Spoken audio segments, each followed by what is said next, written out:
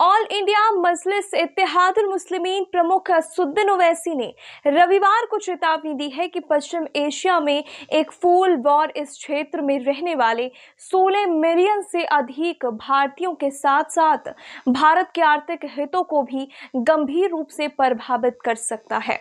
उन्होंने कहा कि हमें पाकिस्तानियों से पूछना चाहिए कि क्या वे चाहते हैं कि ट्रंप को नोबेल शांति पुरस्कार मिले। ओवैसी ने मीडिया से कहा कि हमें यह भी याद रखना चाहिए कि खाड़ी और मध्य पूर्व में 16 मिलियन से अधिक भारतीय रहते हैं और अगर उस क्षेत्र में युद्ध छिड़ जाता है, जो दुर्भाग्य से बहुत संभव है, तो इसका वहां रहने वाले भारतीयों पर गंभीर प्रभाव पड़ेगा। उन्होंने उन फाइनेंशियल रिस्क पर भी प्रकाश डाला है जिनका सामना भारत को करना पड़ सकता है।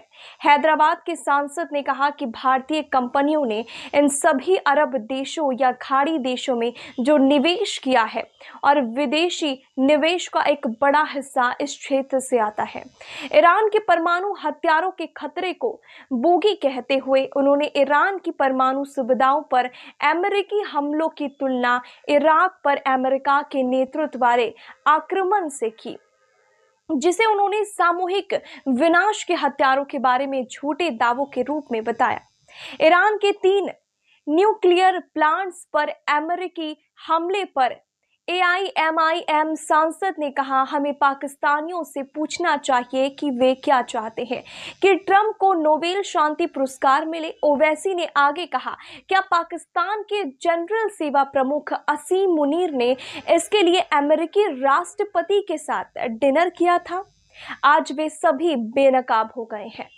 उन्होंने कहा कि अमेरिका के इस हमले से नेतन्याहू को मदद मिली है, जो फिलिस्तीनियों का कत्लेआम करने वाला है। गाजा में नरसंहार हो रहा है और अमेरिका को इसकी कोई भी चिंता नहीं। इस बीच इजराइल वायुसेना IAF ने रविवार को पश्चिमी ईरान में सैन्य स्थलों को निशाना बनाया, हवाई हमलों की एक नई लहर शुरू की।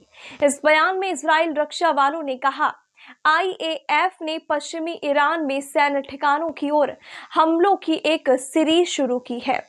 इसके अलावा आज सुबह IAF ने इजरायली क्षेत्र ईरानी सशस्त्र बलों के सैनिकों पर हमला करने के लिए तैयार मिसाइल लॉन्चरों पर हमला किया और कुछ समय पहले इजरायली क्षेत्र की ओर से मिसाइलों को लॉन्च करने वाले लांचरों को तुरंत निष्प्रभावी कर दिया।